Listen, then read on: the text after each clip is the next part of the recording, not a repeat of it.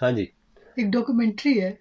उसकी फरमाइश आई हुई है, हाँ व्हाट इज सिखिज्म। हाँ, तो चेक कर देखते लेते हैं। हैं। वैसे तो आपको बहुत सारी जिसे पहले ही पहले पता ही है। पता है, This is the लेकिन देख Harry लेते हैं। Mandir, the world's largest free kitchen. It serves free vegetarian food to about 100,000 people every day. It's also the holiest site in Sikhism, the fifth largest and youngest of the world religions. A religion that preaches about love, peace, and the equality of humankind, but also asks its followers to carry swords. So, who are the Sikhs? What do they believe, and why does everyone confuse them for Muslims? Well, let's find out.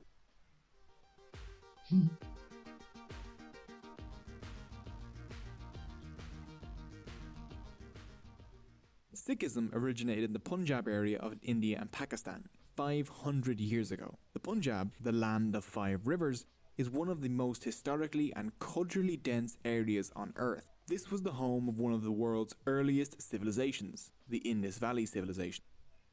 Persians, Greeks, Central Asians, Mughals, the British, and others have all invaded here.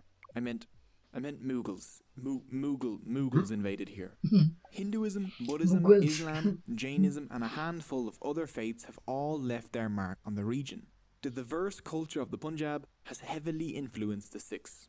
Today there are about 25 million Sikhs. They make up about 2% of India's population, but about 60% of the Punjab's. The Sikh diaspora is spread out across the world, with concentrations in the UK, Canada, the US, East Africa, Australia, and Malaysia. Sikhs, interestingly enough, make up about 1.5% of Canada's population, which is second only to India. The word Sikh means learner. Sikhs call their religion Sikhi, Gursikhi, and Gurmat. You can't really understand the Sikhs without understanding their relationship with gurus. The word guru means a teacher or spiritual guide. The guru teaches and the Sikh learns. The Sikhs follow the teachings of 10 succeeding gurus that have shaped Sikhism. The first and most important guru is Guru Nanak, the founder of Sikhism. Born in 1469 CE near what is today Lahore, Pakistan, Nanak was seen as special even as a child. As a baby, he was said to have had the laugh of an adult man. Here comes the bird. As a teenager, he preferred to listen to Hindu saints and Sufi Muslim preachers rather than his own parents. As an adult, Nanak would settle in Sultanpur, where he worked for the government.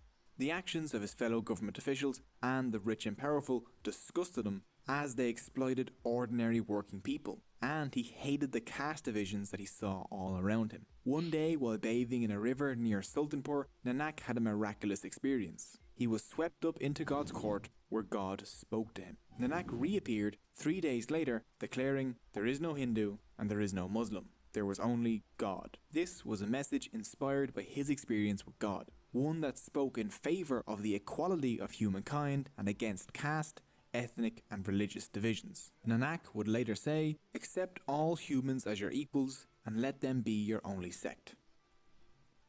9 human gurus followed Nanak, all preaching the same message of one God and the equality of humankind. 2 fundamental events that shaped Sikh history was the martyrdom of 2 gurus. The first was the 5th guru, Guru Arjan, who was roasted alive by the Mughal Emperor Jahangir. The next martyr will be the 9th guru, Guru Tegh Bahadur. He was beheaded by the Mughals while attempting to defend the religious rights of Hindus. His son, Guru Gobind Rai, the 10th and final human guru, started a new Sikh community called the Khalsa, and ended the line of human gurus by making the Guru Granth Sahib, the Sikh holy book, the last living guru. We'll take a closer look at both of these in a bit. So with that brief history out of the way, let's take a look at the core beliefs of Sikhism. 1. One God. The Sikh holy book, the Guru Granth Sahib's opening sentence is just 2 words, Ik Onkar. There is only one God. Nanak made sure it was clear that the focus was on one. Ik doesn't just mean one, it is literally the numeral 1. One God is by far the most important belief in Sikhism. This may not be the kind of God you're used to though. Sikhs believe in a formless, genderless, universal God, beyond description. This God is all of reality and is within everything. They believe no idol or image could ever represent this being. so they use the sacred symbol of Ik Onkar to represent it instead. Many Sikhs refer to this one God by the name Waheguru, Wondrous Lord. Guru Nanak and his followers constantly emphasized that this one could be understood in many different ways. No religion had a monopoly on the truth. Nanak's one could be known as Vishnu, Allah, the Tao, Yahweh, the algorithm, or any other name or belief. There was no need to fight over whose God was the true God, as they were all the same one. Recognize all mankind, whether Muslim or Hindu, as one. The same God is the creator and nourisher of all. Recognize no distinctions among them. The temple and the mosque are the same, so are Hindu worship and Muslim prayer. Human beings are all one. Guru Gobind Singh. The lack of a gender for this one God means that there is no difference between men and women in Sikhism. Sikhism was among the first major world religions to make the radical suggestion that maybe, just maybe, women are people too. Women in Sikhism have fought battles, led religious services, and even acted as some of the longest reigning leaders of the entire community. Sikhism isn't based on doing things to get into some heaven or hell. Hell is just life on earth, which your soul is constantly reborn into after you die, which is pretty dark. You see, Sikhs believe in reincarnation and karma, similar to Buddhists, Hindus and Jains. But Sikhs believe that karma is modified by God, as in, karma might decide what life you're born into, but God makes sure that anyone can become a good person in their lifetime if they try. The goal of Sikh life is to break free from the cycle of rebirth by merging your soul back into God's soul. One does this by realizing that you are already a part of God. You just need to let go of your ego. When your soul remerges back into God's, this is called Mukti, which is similar to Hinduism's moksha and means liberation. When you remerge, your soul is released from the cycle of rebirth and death and becomes infinite, timeless, and blissful. This is the closest thing Sikhs have to heaven. 2. Maya. Sikhs believe that God is and created reality. But we forget this because humans are distracted by illusion or Maya, which is anything that takes your mind off God. Maya keeps people trapped in the cycle of rebirth and death. Guru Nanak thought that Maya built a wall between people and God. The wall of Maya is built with the 5 thieves: lust, anger, greed, attachment, and pride. It is the duty of all Sikhs to avoid these thieves. The 5 thieves are caused by How Mai, literally I, myself. How Mai makes people say, I am this, I am that, and it separates you from others, which blocks you from realizing your oneness with God. This ego causes people to live only for themselves, to spew negativity, and to crave power and wealth. Such a person is called Munmukh, facing towards desires. Guru Nanak saw the world's problems as the negative effects of ego. Hindu versus Muslim, Israeli versus Palestinian, sitting down wipers versus standing up wipers. All of these conflicts are caused by ego and Maya. The Guru Granth Sahib said it is not religion or race, but it is wealth that divides brothers. But Guru Nanak taught that there was an other direction people could face. By being a spiritual person, practicing compassion, truth, contentment, humility and love, and meditating on God, you could instead become Gurmukh, facing towards the Guru. How does one become Gurmukh and egoless? Well, Sikhism offers a path to follow that can help, called the 3 pillars. 3 pillars. The 3 pillars are 1. Nam Japo, which is meditation on God and the reciting and chanting of God's name, Waheguru. This is normally done in the morning and before bed. This isn't supposed to just be some mindless ritual either. Sikhs are supposed to genuinely reflect on the qualities of God as they do this. 2. Kirat Karni, working hard and making an honest living. Guru Nanak said, only he who earns his living by the sweat of his brow and shares his earnings with others has discovered the path of righteousness. 3. Wand Chakna. This is sharing the fruits of your labour with others, providing free food and donating to the community. The Sikh tradition of a communal meal or langar at the gurdwaras is a part of Wand Chakna. The langar or communal free kitchen inside of a Sikh gurdwara, which is their equivalent of a mosque or church, is open to all who visit, regardless of caste, faith or gender. These serve vegetarian food to all, not because Sikhs have to be vegetarian, but simply because that means all people of all diets can partake. So if you want to taste typical Punjabi food, just go visit a Gurdwara. In Guru Nanak's time, the idea of different castes sitting together on the floor and eating side by side was a revolutionary act. Famously, the Mughal Emperor Akbar visited Guru Arjan, and the Guru would not meet with him until he partook in a langar, which the emperor did, sitting side by side with peasants. Guru Nanak claimed an enlightened person are those who view everyone equally, like the heir touching the king and beggar alike. Another vital part of Sikhism that isn't one of the three pillars is Seva, which is selfless service. Through service to their community, Sikhs can become more humble and overcome their ego. Seva can include cleaning up the Gurdwara, preparing food, or cleaning dishes in the langar, or it can include volunteering, building things for your community, or subscribing and ringing the notification bell on educational YouTube channels. Through remembering God's name, honest work, and sharing, along with selfless service and avoiding the 5 thieves, a person can rid themselves of egoism and be released from the cycle of rebirth and death. 4. The Khalsa. Guru Gobind Rai was the son of the 9th Guru, Tegh Bahadur, who was beheaded by the Mughals and his body was abandoned by his Sikh entourage. They fled easily because no one could recognize them. So, Guru Gobind decided to give Sikhs a distinct look from now on so that they would always be compelled to uphold Sikh values. So, in 1699, Guru Gobind brought his Sikhs together at Anandapur. After their morning prayer, he stood in front of a huge crowd and demanded a human sacrifice. The shocked crowd was silent for a while before one Sikh rose up and entered the Guru's tent. The Guru followed him in, and then the Guru comes out with blood on his sword. He demands another sacrifice. Another Sikh offers themselves and enters the tent. Again, only the Guru comes back out of the tent, bloody sword in hand. Again, another sacrifice. And again, and finally, after the 5th sacrifice, the Guru re-emerges with the 5 Sikhs all wearing saffron-coloured robes. The Guru declares that these are the Panj Pyarang, the 5 beloved ones. They would form the centre of a new Sikh community called the Khalsa. He offered them Amrit, a bowl of sweetened water, and all 5 who belonged to different caste groups drank the Amrit from the same bowl, which would have been a huge deal back then. This signified they had joined a new casteless family,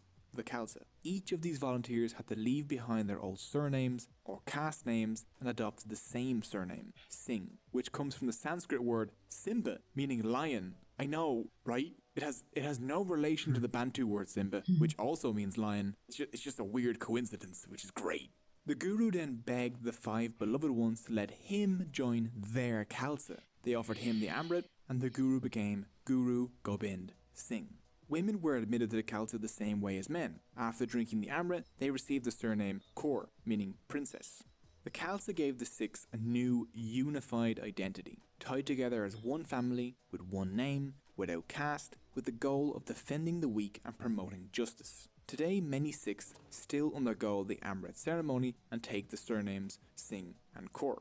The Khalsa were also given new rules to follow, which included the wearing of the Panj Kakar, or the 5 Ks. The first was Kes, which is uncut hair to represent discipline. The second was Karga, a small comb in the hair. The third was a Kirpan, a sword to uphold justice and protect the weak, which is nowadays usually a small sword. It is importantly not an offensive weapon, and the Sikh Code of Conduct claims it can only be used to destroy tyrants and oppressors. It must not be used for anything else. The fourth is Kakahira, kind of loose-fitting boxer shorts to represent sexual restraint. And the fifth is Kara, a steel bracelet. Its circular shape represents the infinity of God. Interestingly, the turban is not one of the 5 Ks. Instead, it's worn to cover the Sikh's long, uncut hair, the kes. Turbans have become essential to Sikh identity and hold very special significance to them. Chances are, if you see someone wearing a turban, the vast majority of the time, that person will be a Sikh, not a Muslim. 5. The Guru Granth Sahib. The Guru Granth Sahib is the holy book of the Sikhs. It contains the teachings of the Gurus and acts as a spiritual guide for Sikhs around the world. It is probably one of the only holy books that contains not only the writings of the religion's founders written by themselves rather than after their death, but also the writing of people from other religions. The writings of Muslims and Hindus can be found throughout, along with references to Judaism, Buddhism and Christianity. Before his death in 1708, the 10th Guru, Guru Gobind Singh, ended the line of human gurus by bestowing guruship on the Adi Granth, turning it into the Guru Granth Sahib, making it similar to both the Bible and Quran and a living prophet at the same time. To break down the name, the word Guru means Guru, Granth means book, and Sahib means Lord. Since that moment, the Guru Granth Sahib has been revered as the current living Guru. It is treated with extreme respect and care. Oddly enough, the Granth is not only read, but sung. It's made up of thousands of hymns. Sikhs don't have mass or service, but a kirtan, meaning communal singing. Normally, these are set to classical Indian music. 6. The Gurdwara. Sikhs gather at Kirtan. Gurdwaras, a word meaning doorway to the Guru. A Gurdwara is only a Gurdwara because it has a copy of the Guru Granth Sahib in it. Men and women of all castes and social standing gather there to join in prayer, singing and eating. This is where you'll find the langar. Anyone can visit a Gurdwara and partake in the service and meal. You only need to follow basic etiquette. Cover your head, remove your shoes, wash your hands as you enter, and do your best not to bring any drugs or tobacco inside. The most important Gurdwara in the world is the Hari Mandir, or Golden Temple, in Amritsar, India. In 1604, Guru Arjan completed work on the Golden Temple and had the Guru Granth Sahib installed inside it. As a gesture of religious tolerance, Guru Arjan invited the Muslim Mian Mir to lay the foundation stone of the Golden Temple. The temple has 4 doors opening on all 4 sides to show the openness to all cultures and peoples.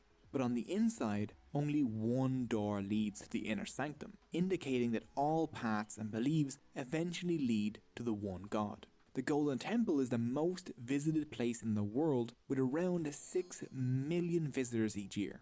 The langar at the Golden Temple serves a free meal to about 100,000 people each day, making it the world's largest free-serving kitchen, all run and staffed by volunteers. And the waiting list to volunteer in the Golden Temple has hundreds of thousands of names on it. The people on that list will be waiting for a long time.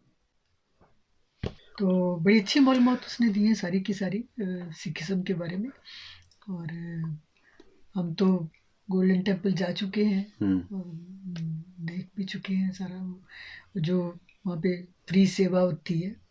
बल्कि ये नहीं बताया इन्होंने कि वहाँ तो बड़े बड़े ऑफिसर जो हैं वो जाके सेवा करते हैं, सिर्फ जो विजिट करने आते हैं उनके जूते रखने के लिए उन्हें बुलाते हैं कि हम आपके जूते रखते हैं, और बाद में उनको पॉलिश करके साफ करके वो जूते उनको वापस करते हैं जब वो टेम्पल से बाहर निकलते हैं। वो भी। और एक मेरे लिए जो नई चीज़ थी वो मुझे नहीं पता था कि मैं समझता था कि असल में जो सिखिज्म जहाँ से शुरू हुई है वहाँ से ही ये पूरा यानी जो एक रिचुअल जो है उनका हुलिया नहीं, वो गुरु गोबिंद साहब के बाद शुरू हुआ। अच्छा, मैं मेरे मुताबिक जितनी भी मैं समझता था कि वो गुरु नानक उनका अपना भी हुलिया इस तरह से था, और उसके बाद फिर उन्होंने शुरू किया कि वो जो नहीं, वो जब चूँकि वो इतनी सारी शहादतें हो गई और शहीद हुए उनके वो सब लोग, तो तब उन्होंने फिर अपना एक ये जो है फरमान जारी किया कि इस तरह वो खालसा सिख जो है तब से बने कि अमृत चख लें, और अमृत चख के वो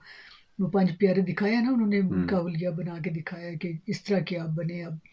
और अपने साथ हर वक्त मतलब एक बाल नहीं आपने काटने, अपने साथ कंघा रखना है, फिर वो अंडरवियर पहन के रखना है, फिर वो कृपान रखनी है और कड़ा पहनना है जो आपकी पहचान होगी। तो कृपान जो है अपनी हिफाजत के लिए, तो सेल्फ डिफेंस के लिए। अच्छा, एक लेकिन जो इंटरेस्टिंग मेरे लिए सबसे ज़्यादा जो चीज़ लगी है वो ये कि वाकई उसने पॉइंट आउट ना करता तो मुझे भी कभी ये बात ना पता चलती। टर्बन है ही नहीं उसका हिस्सा, लेकिन वो वैसे एक उन्होंने एक इजाफी एक चीज़ रखी हुई है कि बालों के लिए ऊपर उसको दस्तार बांधते हैं। बांधते अच्छा, मुझे नहीं पता था इस चीज़ के बारे में। ये इसमें उसने बताया। हाँ, उसने कहा कि ये हालांकि उसका, लेकिन गुरु ने तो पहनी हुई है, मतलब जो जिन भी गुरु की जब तस्वीर होती है जो भी, उसमें तो वो टर्बन होती है, सर लाजमी होती है उसकी। वैसे भी पंजाब का कल्चर था, और वो क्या उसे कहते हैं, सब लोग पगड़ी बांधते थे, शान थी पंजाबियों की। बाकी वो हो सकता है कि अब कमेंट्स में पता चल जाए कि जिसको जितना मालूमात है वो बताएं इसकी क्या हिस्ट्री है। एक बात और जो मैं कहना चाह रही थी कि उसमें गुरु ग्रंथ साहब जो है उसमें बहुत सारे लोगों का कलाम है, जिसमें बाबा फरीद गंजशकर का कलाम भी है, और भगत कबीर का कलाम भी है, तो गुरु नानक देव जी का कलाम भी है और बाकी गुरुओं के कलाम भी उसमें शामिल है। तो उसमें इस तरह ना सारे ही उन्होंने सबको शामिल गुरु किया। गोविंद साहब का भी तो होगा ना, क्योंकि उन्होंने तो कंपाइल की है, उन्होंने तो बनाई है वो सारी, जाहिर तो उनका अपना भी होगा। तो कंपाइल मेरे ख्याल में गुरु अर्जुन देव जी के ज़माने में हुआ था। अच्छा, तो उसमें फिर इजाफा होता है कि उसमें और चीज़ें भी उन्होंने मेरे ख्याल में शामिल की हैं बाद में। और गुरु तेग बहादुर का अपना कलाम इतना ज़बरदस्त है, वो भी उसमें शामिल होगा कि मेरा मुझ में कुछ नहीं, जो कुछ है सब तेरा, है ना, तेरा तुझको सौंप दूँ, क्या लागे है मेरा। तो गुरु तेग बहादुर साहब का सबके मतलब उसी में शामिल करके वो गुरु ग्रंथ साहब है। और गुरु ग्रंथ साहब जो है वो उनके जिंदा गुरु हैं। तो हर गुरुद्वारे में सुबह को जब वो पालकी लेके आते हैं और उसको रखते हैं तो उसके बाद उसको खोला जाता है। जब खोलते हैं तो पहले सफ़े पे जो चीज़ लिखी होती है ना तो वो फिर वहाँ लगा दी जाती है, वो फरमान तो होता है उस दिन उसको का। हुक्मनामा कहते हैं। अच्छा। हाँ, कि आज का हुक्मनामा ये है। तो एक हिदायत जो उस दिन के लिए मिलती है, तो वो चीज़ होती है। चलें जी, जिसको जितना जितना ज्ञान है वो बताएं हमें, और इसकी भी हिस्ट्री बताएं कि क्या क्या इनका टर्बन का क्या है। और बाकी मिलते हैं अगली वीडियो में, तब तक के लिए अपना ख्याल रखें, दुआ में याद रखें। रब रखा। अल्लाह हाफ़िज़।